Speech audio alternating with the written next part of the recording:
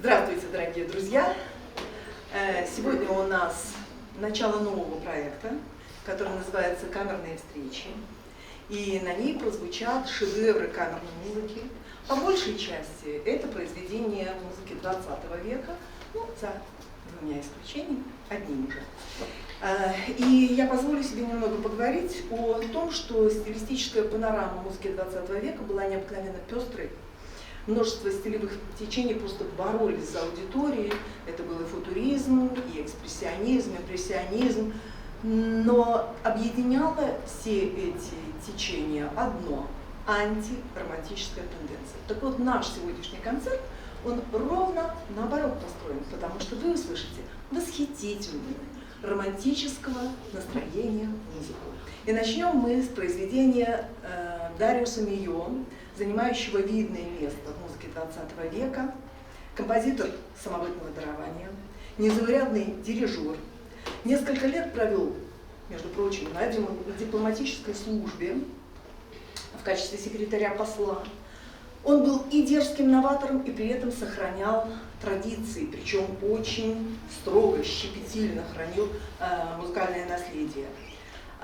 Многие награждали его титулом гения, а некоторые считали шарлатаном, чья главная цель была эпатировать буржуа. Словом, Мийо – это человек-уникум. Он оставил после себя богатейшее наследие. Он был знаком с Пабло Пикассо и Арнольдом Шонбергом, Жаном Кокто и Клодом Кладелем. Он успел побывать в Латинской Америке и в Советском Союзе. Он испытал тяжелейшие болезни, закончил свою жизнь в инвалидном кресле, и при этом он написал мемуары под названием «Моя счастливая жизнь». Чтобы понять, о чем звучит музыка, мы должны понимать и его историю жизни. Ну а теперь мы послушаем сюиту для скрипки, кларнета и фортепиано, первую, вторую и четвертую части Дариуса Мийо. На сцене Мария Митичкина, скрипка, Даниил Гребенцов, кларнет и Лилия Нарыжного, фортепиано. Встречайте!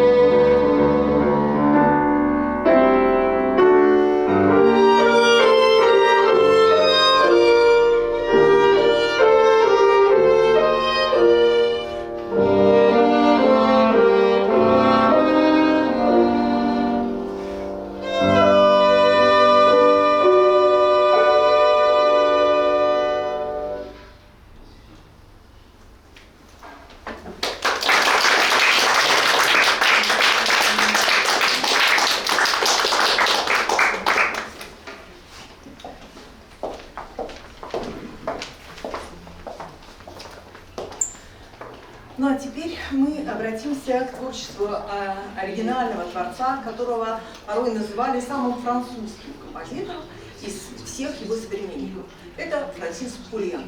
Он обладал удивительным лирическим даром. И все произведения, которые он создавал, так или иначе, это лирическое начало в себе содержит. Соната, которую мы сейчас услышим, была создана в память об американской покровительнице камерной музыки Элизабет Спрэг Кулидж и посвящена ей. Критики отметили в сонате особенные качества: фирменную горько-сладкую грацию, остроумие, иронию и чувство.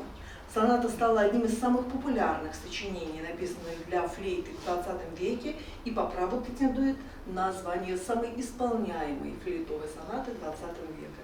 Итак, Франсис Пулен, соната для флейты и фортепиано, первая и вторая части. На сцене Фиона Николайчик, флейта, и Елизавета Робертка, фортепиано.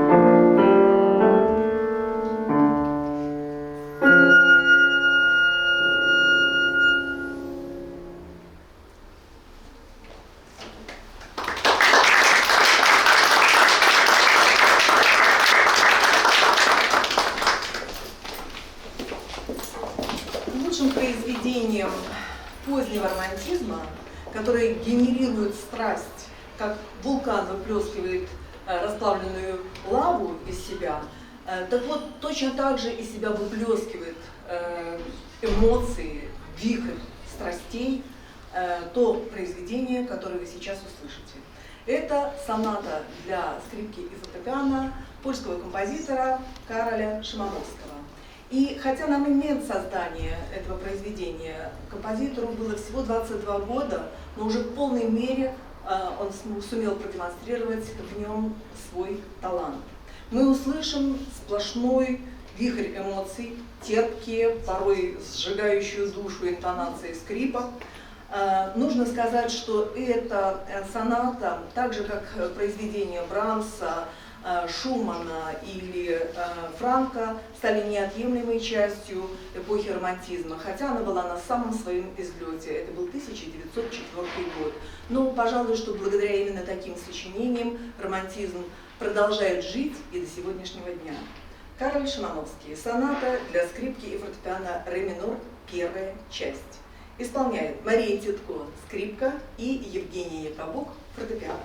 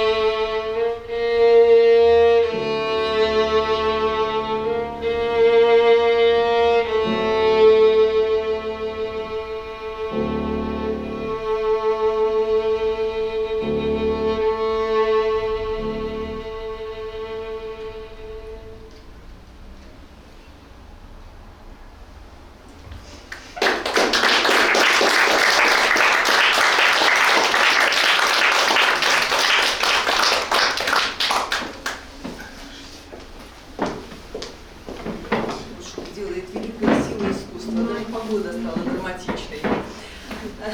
Но, надеюсь, мы сейчас получим другое настроение. Франсис Пуленк – это сама музыка. Я не знаю другой музыки, которая действовала столь же непосредственно, была бы столь просто выражена и достигала такой же цели с безошибочностью, писал Дариус Мийо, собрат Франсиса Пуленка по знаменитой «Шестерке». Действительно, мелодии Пуленка, как мелодии Шуберта, Моцарта, Шопена, обезоруживают нас своей простотой, искренностью, кажущейся безыскусностью, но при этом психологической глубиной. Именно за мелодическое обаяние произведения Пуленка стали популярны во всем мире, и эта популярность не угасает с годами. Мы услышим с вами две части сонаты для кларнета и фортепиано. Вторая часть названа «Романса». Это медленная часть, и поначалу она кажется одной из тех, как написал критик, тающих, длинных и беззастенчиво сентиментальных произведений, которые никто, кроме Пуленка, написать не мог. Но затем появляются, конечно, нотки драматизма. А третья часть представляет собой зажигательный финал. И в целом все это произведение полно ярких, броских, запоминающихся образов и отличается тематическим богатством. Франсис Пуленк. Соната для кларнета и фортепиано. Вторая и третья части. На сцене Вячеслав Сачилович, кларнет, и Полина Чеславская, фортепиано.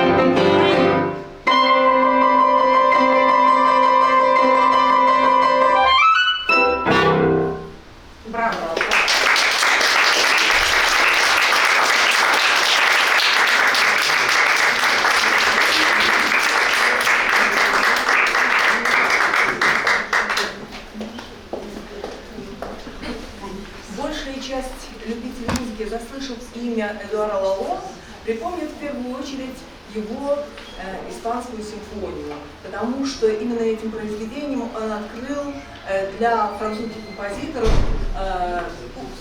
не знаю, очень длительное, просто не приходящее в веках, наверное, увлечение испанским народным музыкальным материалом. Но Лало сделал огромный вклад и в развитие инструментальной музыки.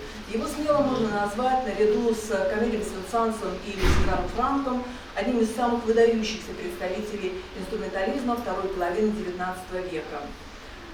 Для его произведений характерна яркость образов, богатство гармонического языка.